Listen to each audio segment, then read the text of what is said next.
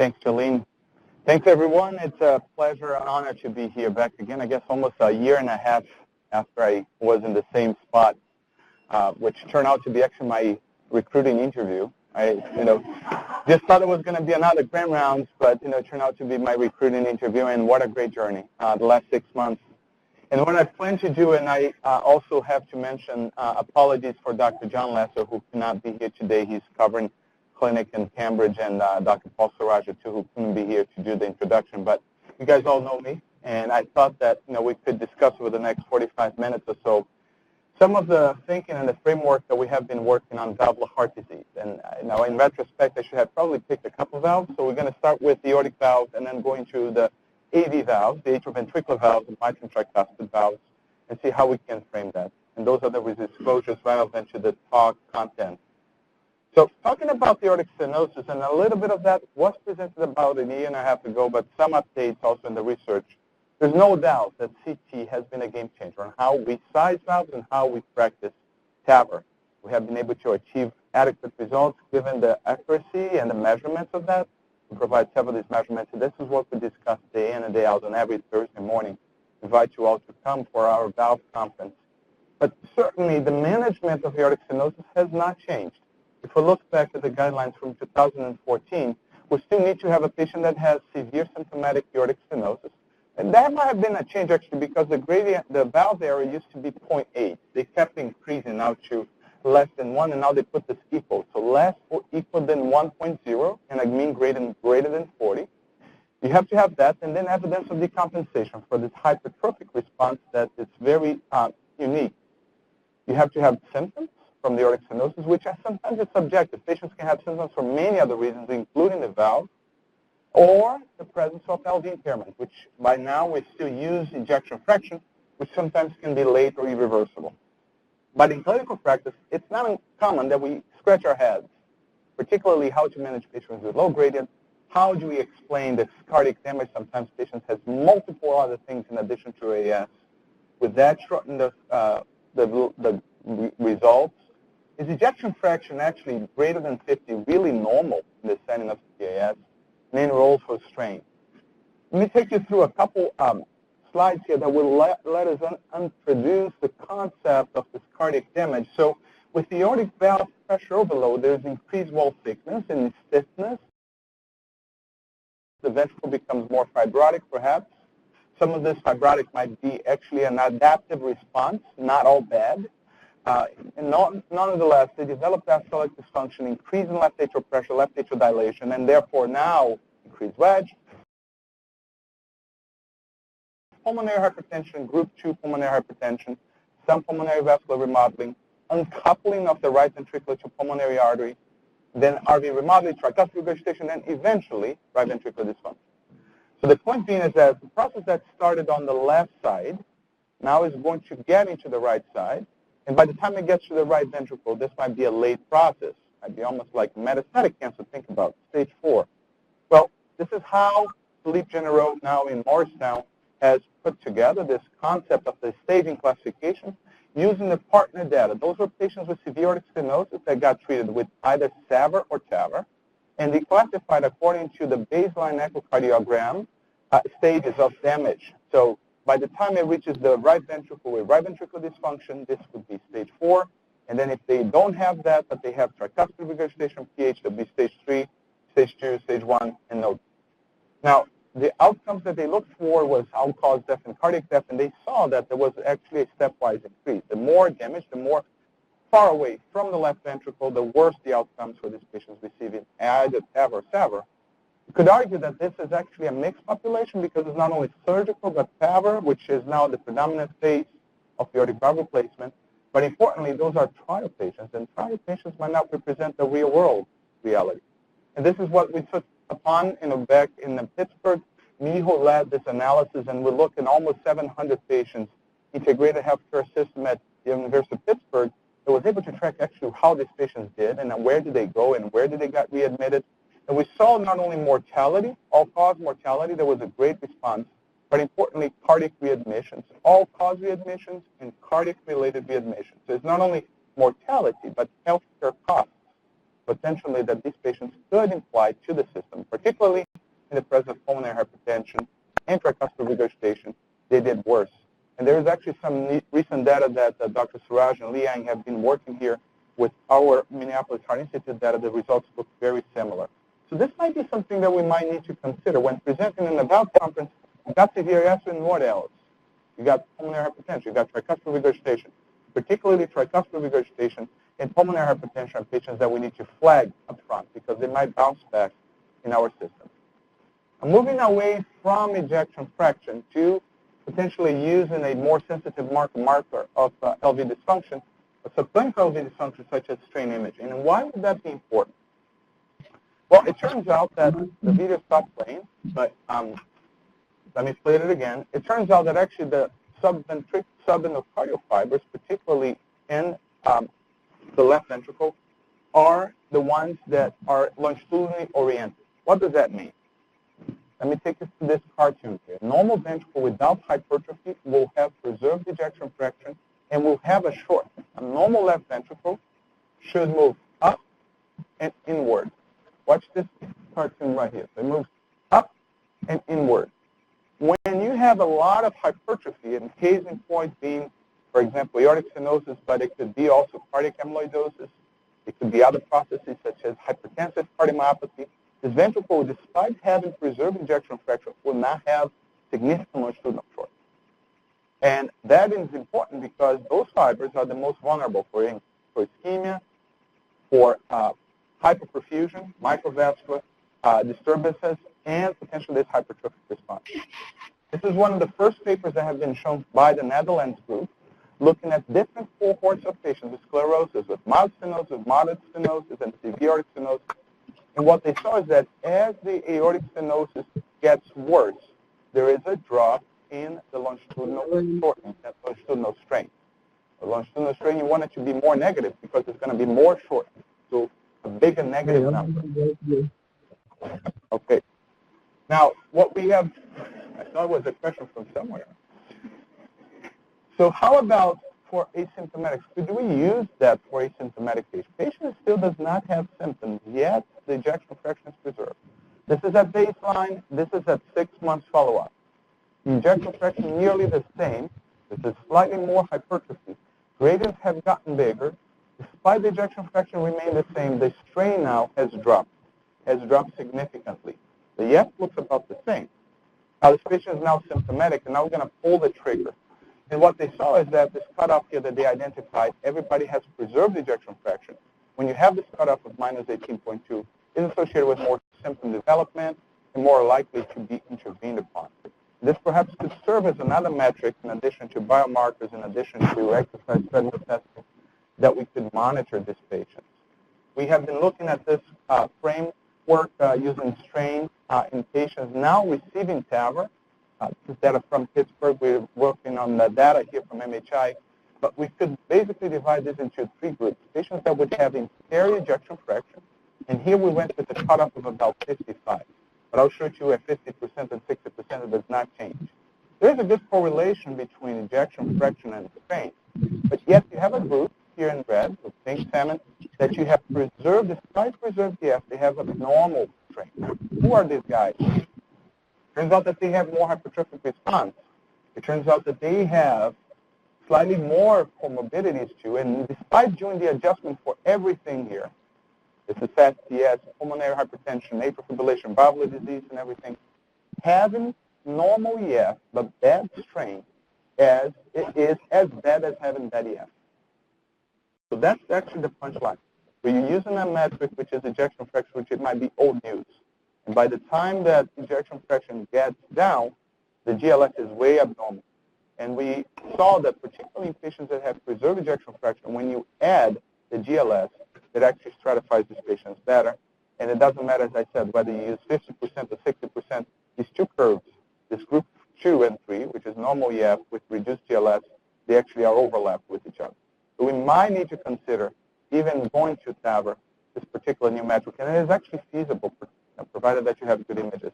We have been looking into this also using CT. We can use because now the CT gets done for the TAVR, right? So we have now very crisp images, and we can do now with the CT analysis The same evaluation. Cutoffs might be slightly different, but this is also work in progress.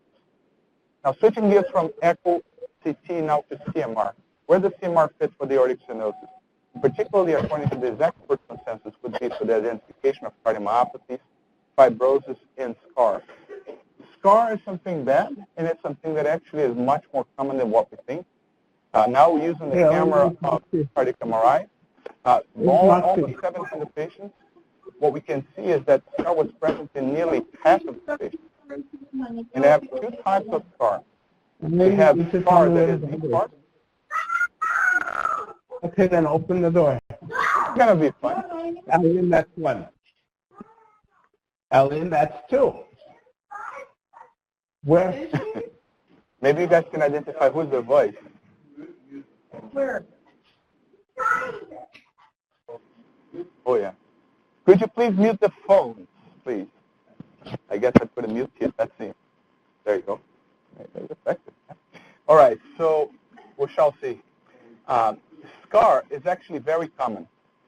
So about half of these patients that were going to receive either TAVR or TAVR have a scar. And there are two basic types of scar. There's scar related to infarct.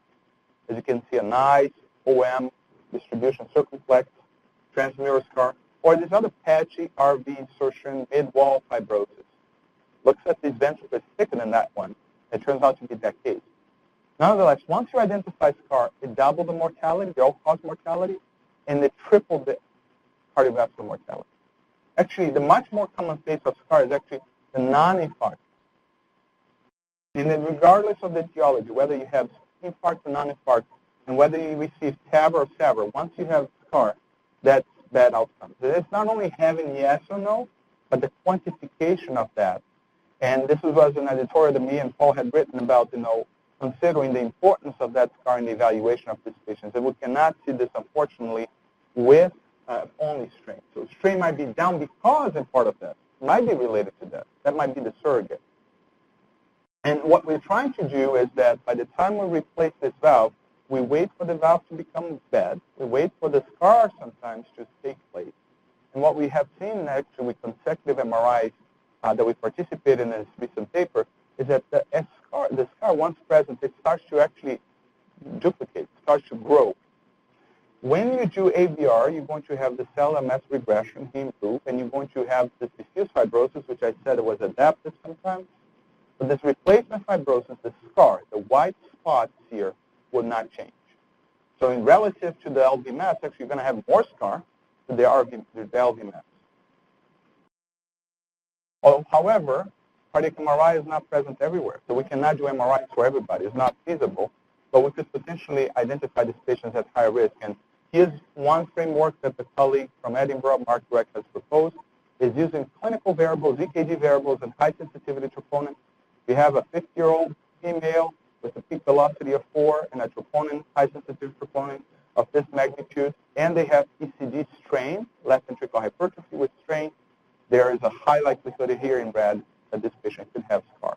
And then by doing this combination of risk factors, you might be able to triage these patients. And this is exactly what they're doing with this evolved study, with trying to say, can we intervene before the scar takes place?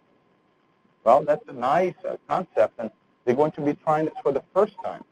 So once we identify those that have positive troponin or EKG findings, they're going to do the cardiac MRI. If they see no fibrosis, they'll be put into the registry and be kept relooking it again. If they have fibrosis, they will randomize.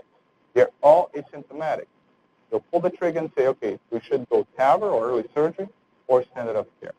And with that, there might be the opportunity to identify these patients that at the phase of decompensation, they might derive some benefit.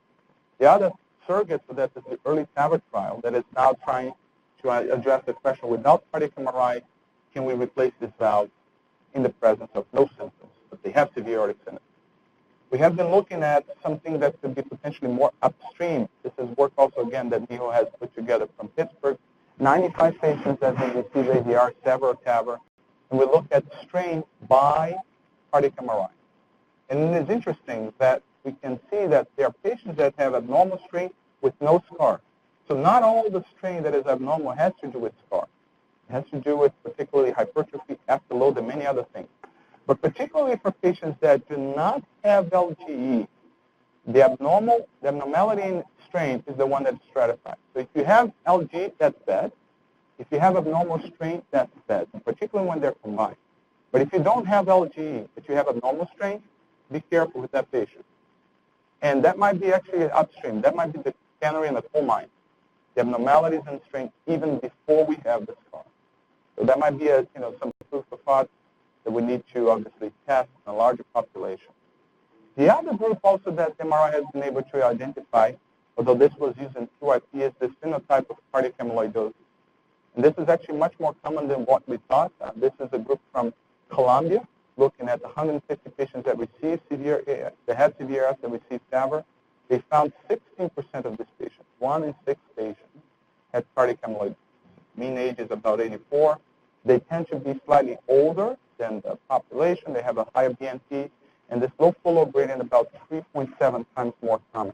And although this provided us with, hey, be careful with these patients, this is not uncommon. It did not tell us what happened with these patients in part of the outcome.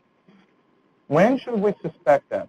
Octogenarians, HFpEF, males, particularly a little bit more than females, low-grade aortic stenosis, atrial fibrillation for them is actually 5-6 times more common. If you look by the paper by Go in 2001, atrial fibrillation in the age of 80 is about 10 to 12% or so. When you put atrial fibrillation, when you put aortic stenosis and cardiac amyloidosis, this is almost about 50% of these patients will have. And particularly the cardioembolic risk. When you see amyloid with AFib, these patients need to be anticoagulated because they develop clots and it's really bad.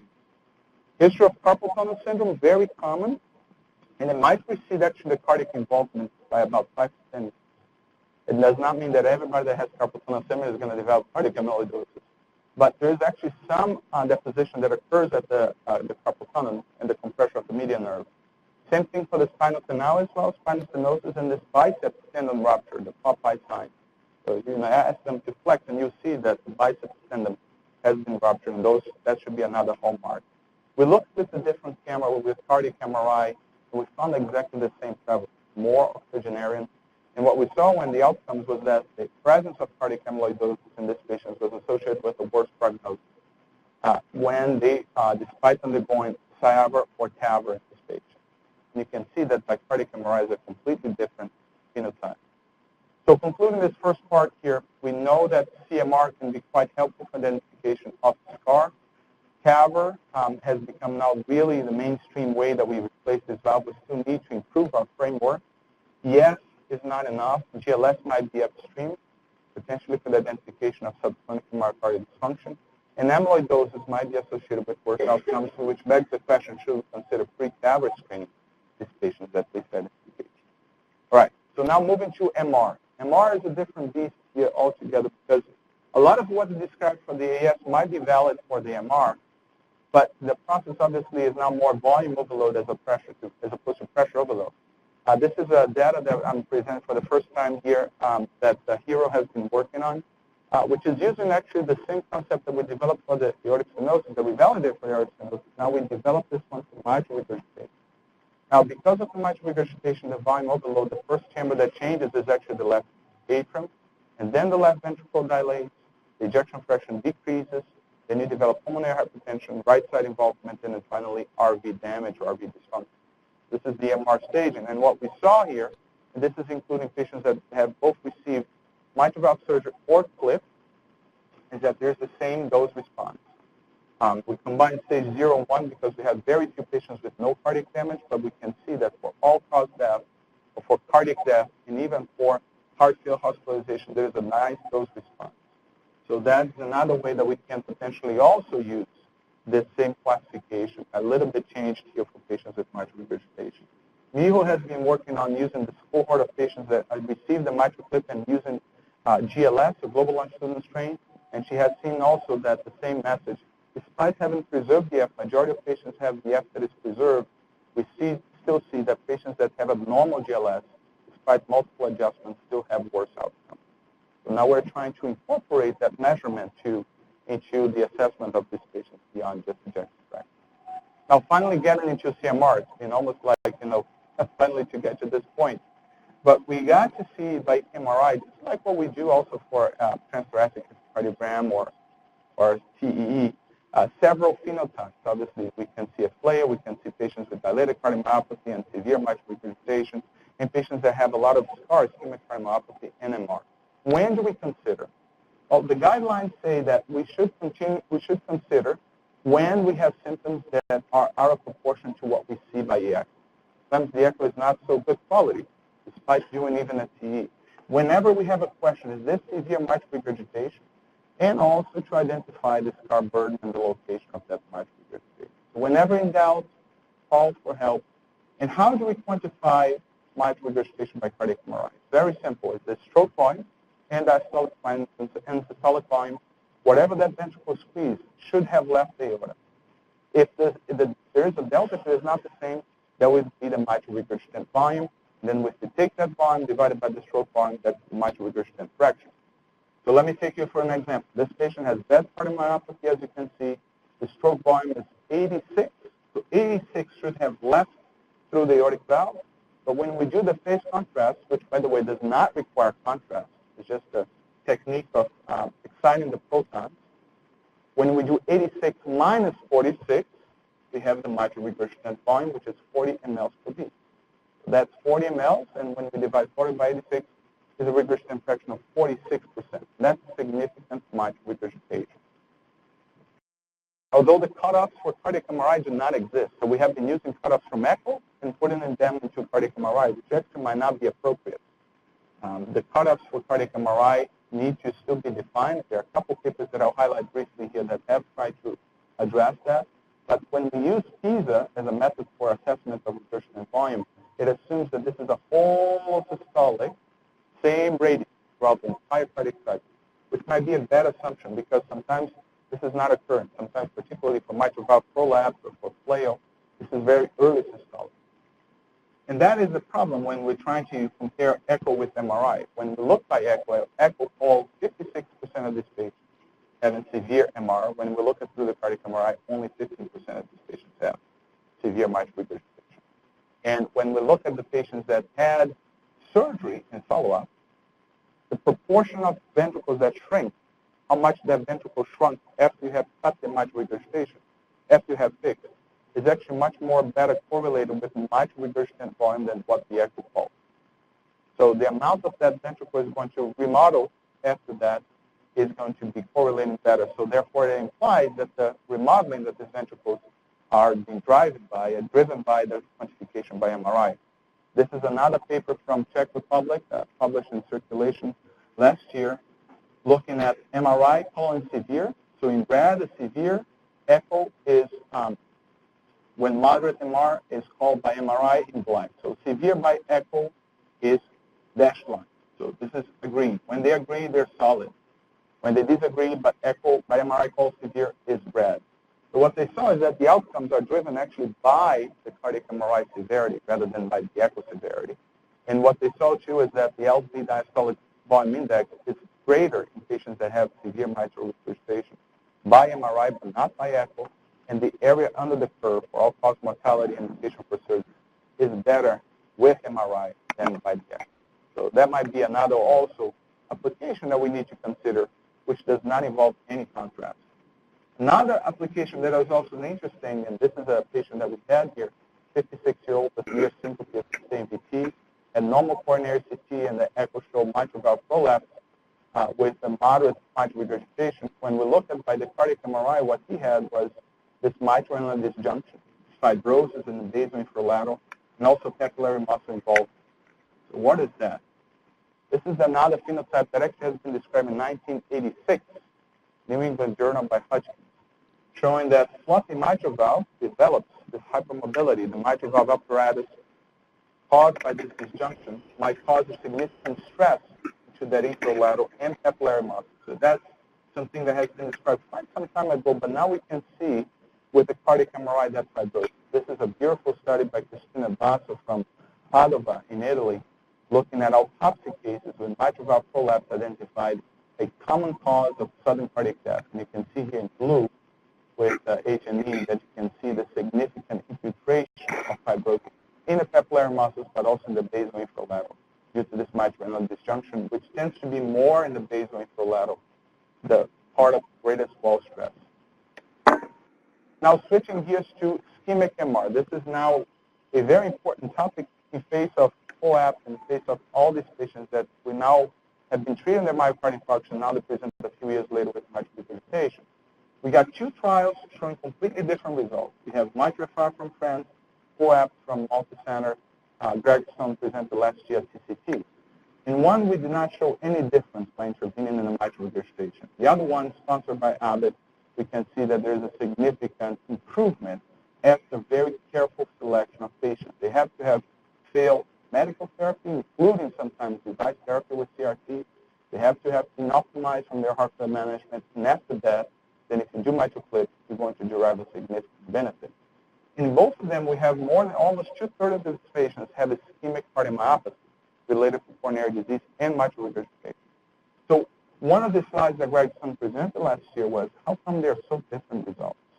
Well, perhaps MITRA-FR selected patients that had a little bit of MR, not as bad as this other one, with bigger ventricles. So this is kind of out of proportion. It's a ventricle that is already beaten up, but not so much because of the mitral regurgitation, whereas COAPT was medical therapy in addition to persistent severe mitral regurgitation.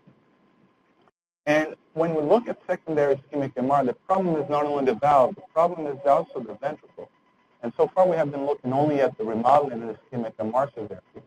But the infarct size, the amount of scar, is actually quite important.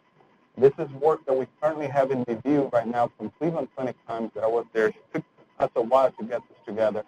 But what we can see is that as you increase the mitral regurgitant volume, you can use mitral regurgitant fraction too, there's a progressive worsening or increase in the outcomes here, heart transplant or death. But there's actually an important interaction between regurgitant volume fraction and scar, in such a way that the more scar you have and the more regurgitant volume you have, the worse the outcome. And when we look at actually patients that, we have a cohort of about 120 patients that have received mitral valve surgery, particularly mitral valve repair, what we can see is that patients that had a lot of big MR but not significant scar, they actually had survival benefit, which is for the first time that we see that. Which is actually important because can we allow the little bit more scar with mitral clip rather than surgery? Surgery is a big endeavor for these patients that sometimes might have RV dysfunction and whatnot. But with mitral valve surgery, if they have a lot of MR but not substantial scar, go for it. As opposed to patients that have a lot of MR and a lot of scar, these patients don't do well. It doesn't matter what you do. So it's important to consider not only the remodeling, the MR, but also the scar and the distribution of that. Now, we do see a lot of TMVR. This is just an example that was involved at Pittsburgh, a patient that had a valve-in-valve procedure. CT has been phenomenal to allow us to identify who are the patients that could potentially derive benefit from that, and we use software such as this one here by Circle that we can simulate the prosthesis. Paul has been quite involved with the Tendyne story here, a phenomenal one, a startup company now that has now the greatest experience in this field. The summary that he presented recently at the JAC, 100 patients treated with a very high implant success rate, no deaths, with a substantial reduction of mitral regurgitation. These patients who cut the MR forever.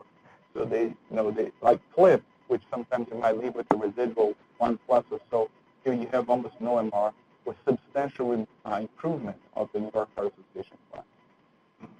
We have been looking at this also with the CT. Now that they get CT pre and post, changes in strain, and we can see actually that there's actually a very heterogeneous response. Some patients improve their strain, others would not improve their strain. It turns out that it depends also where you put that apical pad, how that ventricle is going to remodel, so more to come on that end. And this is I had to show those images, Mario, because this is a cool case that you did. This is a different platform. As you know, transseptal is ultimately what we wanted to achieve with this patient. Tendyne is still a transapical approach. This is a caisson valve that Dr. Dussel has done, and you can see here that there is a ASD related to the puncture of the transseptal, the nice valve prosthesis, and this might be something that we wanted to achieve. But CT is able to show how this ventricle remodels. Obviously, TMVR and MAC is the ultimate frontier that we wanted to achieve. This is something that also we are very much into the fronts here, the forefront of this. This is the result of the 1-year MAC. Majority of these patients had received SAPIEN XT or SAPIEN 3, and you could see that the 30-day mortality was 31%. That's pretty high. A lot of these patients would, 1 out of 3 patients would not make it.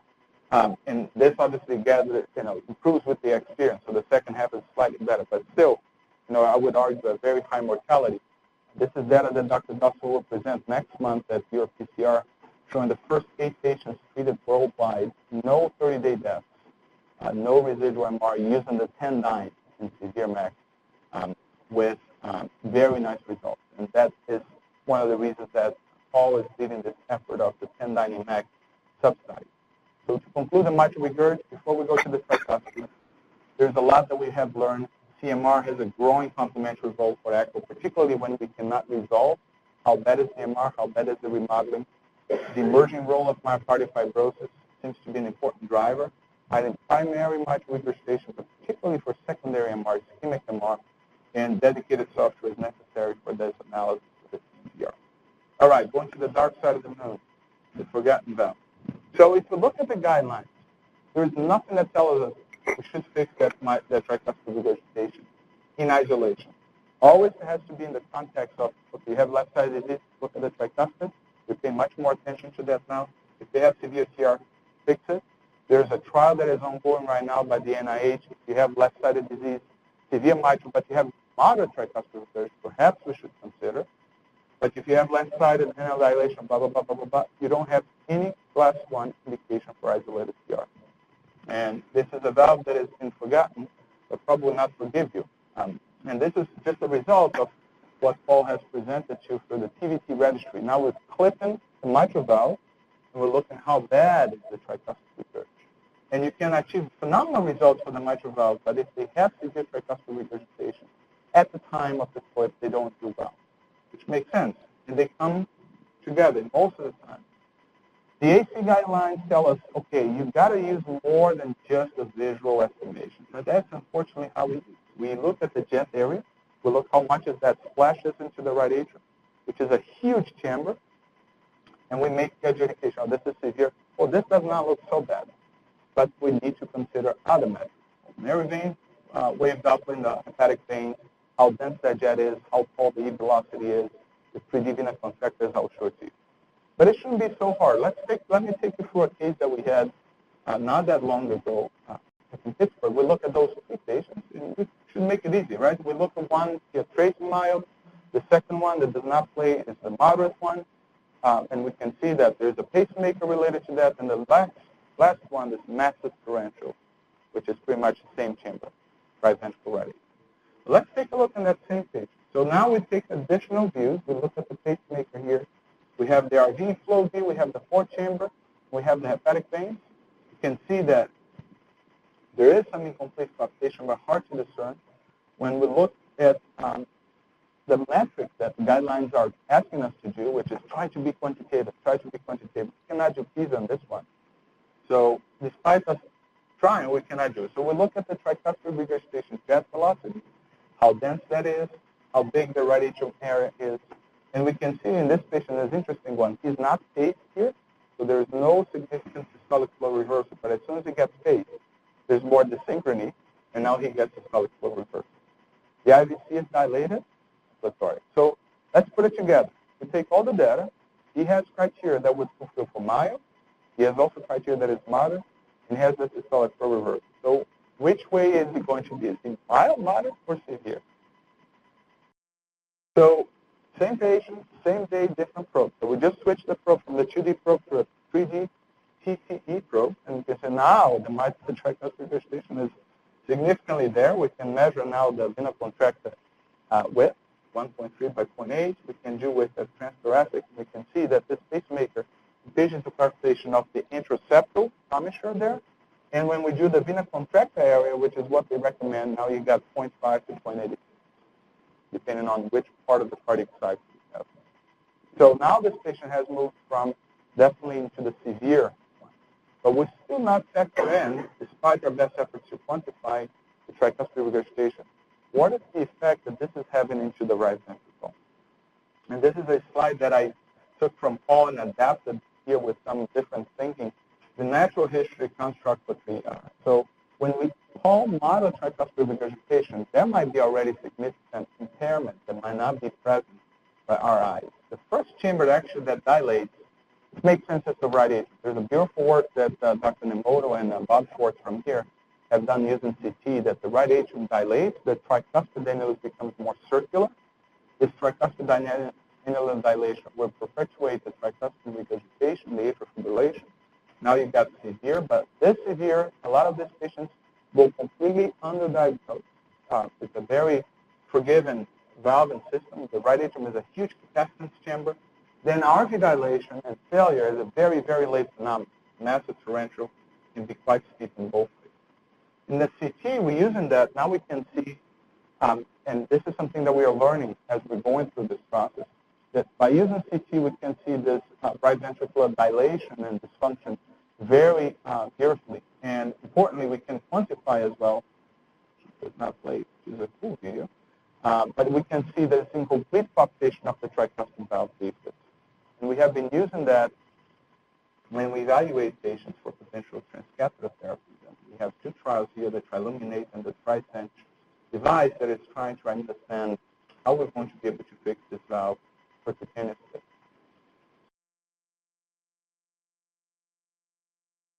There you go.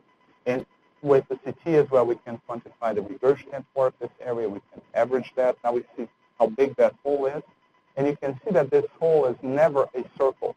And therefore, 2D Pisa is going to be very, it is a bad assumption. So we cannot do that. We can do also strain by CT. We are evaluating that. This is another thing that we're developing in these patients with tricuspid regurgitation, which is this endoluminal view that now finally we can see the leaflet and we can see real live anatomy. You can see the septal leaflet, the surgeon's view from the right atrium, septal leaflet, posterior leaflet, and anterior leaflet, and the gaps between these leaflets that is going to be helpful to tackle the anteroseptal commissure in this case here for a triclip. Another case that was done recently, we can do the planning, see where exactly the angle for the anteroseptal commissure is. And using that information, this is a slide that actually David has provided to me recently, case that they kind of have to super overlay and track the tricuspid valve and put that into fluoroscopy and has help for the addressing this patient, and taking a procedure that would have taken an hour and a half to now 45 minutes to 50 minutes. This is pre, this is post. You can see the gap there, and you can see the two clips.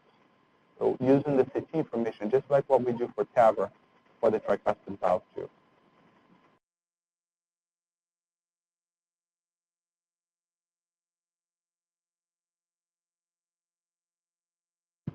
This is something that also we are working with Vital. This is called globe illumination. This is similar to what I showed as other endoluminal views, but looking at physiology along with imaging. You can see here in every RV systole, the blood gets pushed back into the SPC, into the IVC. Just represented the significant tricuspid regurgitation that these patients have, as well as the orifice. To finalize CMR, similar to what I showed to you for the mitral valve, we can quantify these volumes. We can quantify how much tricuspid regurgitation one has. This can be done in patients that have pacemakers or defibrillators. It is safe. We have a great partnership here with the group from EP as well to evaluate the patients beforehand. It produces certainly some artifacts, but we can resolve most of them. Technology continues to evolve as well for CMR. This is the same patient, same scanner, but different pulse sequence. When patients that present with heart failure and atrial fibrillation, they cannot breath hold adequately. Here it's just the same patient with the free breathing, averaging multiple cardiac cycles and a better image quality. This might be important because for tricuspid regurgitation, when they go intervened on, RVEF and RV dilation might be a better parameter than the severity of the tricuspid regurgitation. CMR, we can see several processes, the FURMI extending to the RV, the RVC, sarcoidosis, amyloidosis, and pulmonary hypertension fibrosis. And finally, getting beyond the RVEF, we talked about the strain, we talked about 4G flow, and potentially even looking at myocardial fibrosis by CMR. But in these ventricles that have a little bit of pulmonary hypertension, we might be able to. So to finalize, TR is not easy to quantify, and it depends obviously on the loading conditions. And what leads to that inconsistency in the grading that I showed it to you is very common, but greatly undercalled. Have a very low threshold for TE or for CMR, and CT being the second best option because it requires contrast and some radiation. There's a new grading that has been proposed now with the severe, torrential, and massive TR that does not have any validation, but we need to factor in, obviously, the RV function and other comorbidities that patients have, and CT has a very important role in evaluation and the quantification of volumes and ejection fractions for these patients that are going to go for tricuspid valve. And to conclude, what I have seen so far, my observation of this place is a fun place. Just like in rowing, there's a lot of other great things that make this space so uniquely suited to be in the forefront. It's the friendship that we have, the engagement, the efficiency that I have seen in this space. Everybody has a common goal. It's a teamwork. We work by excellence, by passion, by driving great challenges that we have ahead of us, an incredible opportunity to try to innovate. I cannot be more proud to be here, representing MHI when I go abroad. But this is a place that I think we have a special secret sauce that Bob Hauser has mentioned before, that the creativity and passion are vital, but tenacity marks the men and women who overcome the skepticism and setbacks to implement their ideas. And we should listen to that. And as far as the CMR, which is one part that I start to tackle first, is the place that actually is the highest volume in the country. If you look at a single magnet dedicated for cardiac MRI, this is the place. We are doing about 200 patients a month. Even in a month cold like February was, in a shorter month, we almost had 200 patients. We have been optimizing the scanning time. We have been decreasing. We have heard you that it's hard to schedule cardiac MRI, and we have a long wait time. And thanks to the efforts and also the leadership, Bill and Beth, and Mark, many others here, we're trying to decrease the wait time. Now we're hitting 4 weeks. Our goal should be to get to 2 weeks for our patients. We're shortening this protocol. We're adding a fourth tech. We have a great partnership, as I mentioned before, with BP to scan patients that have either conditional or non-conditional. We're switching the reporting structure. Now we're going to have a queryable database very soon. We're going to pursue accreditation. And we're always looking for feedback. We always can do better. And this is something that I take it very seriously. Another goal that I wanted to have for 2020 is this advanced imaging fellowship. As I showed to you, structural valve disease, and particularly advanced imaging CT and MRI, is a space that there's a lot of demand in this field. A lot of cardiology fellows have been asking, do you have a fellowship? Can I train? Can I come? And this would be potentially suitable. Although it's not an ACGME accredited fellowship, we could potentially be creative here with the transitional bridge fund until we get this ACGME accreditation through industry, self-funding as well, potentially through leadership. And with that, I'd like to conclude with this slide. This is a great teamwork I cannot do and present here if not mentioning a lot of the folks that have helped me, particularly John Lasser here, who was visionary in inviting me to come as well as all to be here. Incredible work by also the foundation, Chris, Scott, Odd, these and many others here, HDI, Steve Bradley, many other collaborators across an intervention. With that, I'd like to conclude and thank you very much.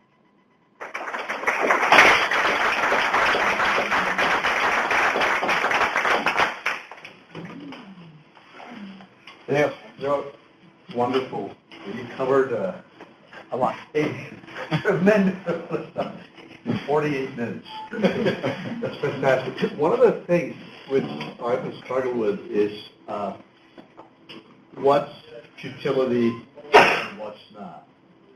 And, the more clinical comorbidities patients have, you will focus on aortic stenosis. Yeah. So your slide on the amyloidosis talks to me. Can you comment on that? I mean, the mortality is tremendous, so it helps me kind of choose whether to proceed or give some recommendations.